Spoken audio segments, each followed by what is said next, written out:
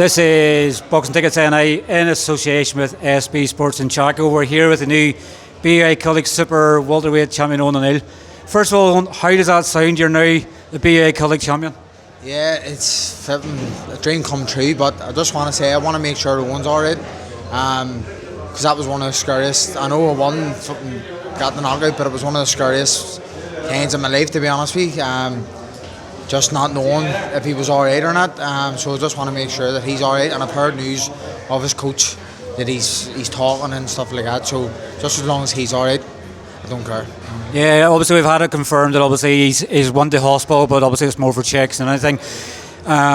Where do you start in that fight? It was a war. Like I was looking at it, time just going, these rounds are hard to score. You were landing one, he was landing one. You were sort of mirroring each other the whole way through. Like, that's a fight that probably you want to have. You know, you want to be tested to your absolute limit. But how did it feel for you? Oh, mate, he surprised me big time. To be honest with you, everyone knows I'm a come forward fighter. I thought that I was going to be the one pushing him back, like bringing the action to him. And he came out the first round and took me by surprise. He was throwing bombs right away, and that's the way the fight went. And that's just what it was, just bomb for bomb, dig for dig. He surprised me big time. He caught me a couple of lovely shots. Can't remember what round it was. Wobbled me a bit, and I stayed in there and thankfully got the win. But it's just a bit weird, you know what I mean? Because the way it happened, just as long as he's alright, you know what I mean? Obviously on the finish itself, I think it was sort of started off with sort of a right hook and then you finished obviously with a left. I would probably say in hindsight, when you watch it back yourself, it's probably more down to exhaustion. Obviously he sort of turned into the shot as well.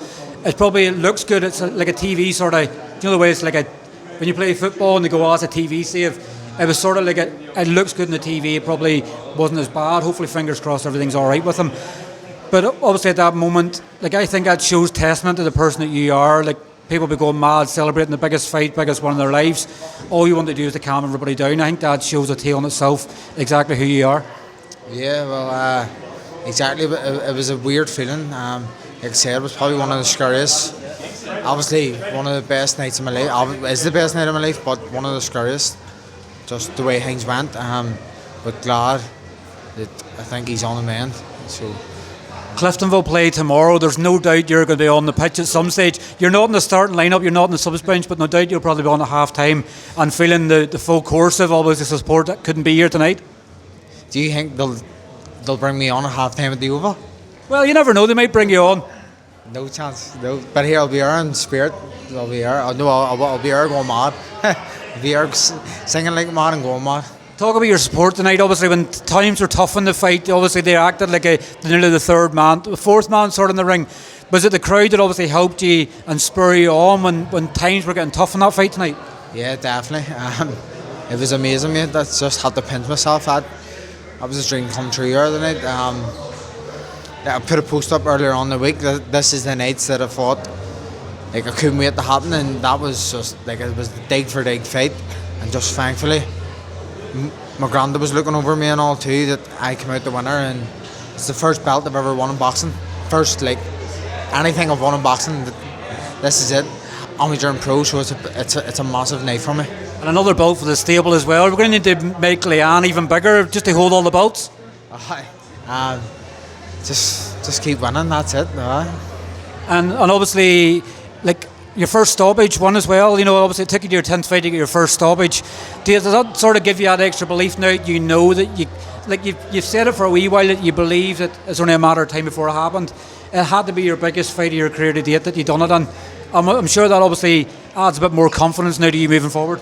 Yeah, didn't expect to do it. Like, don't know, just it's mad, so I just can't really put it in words.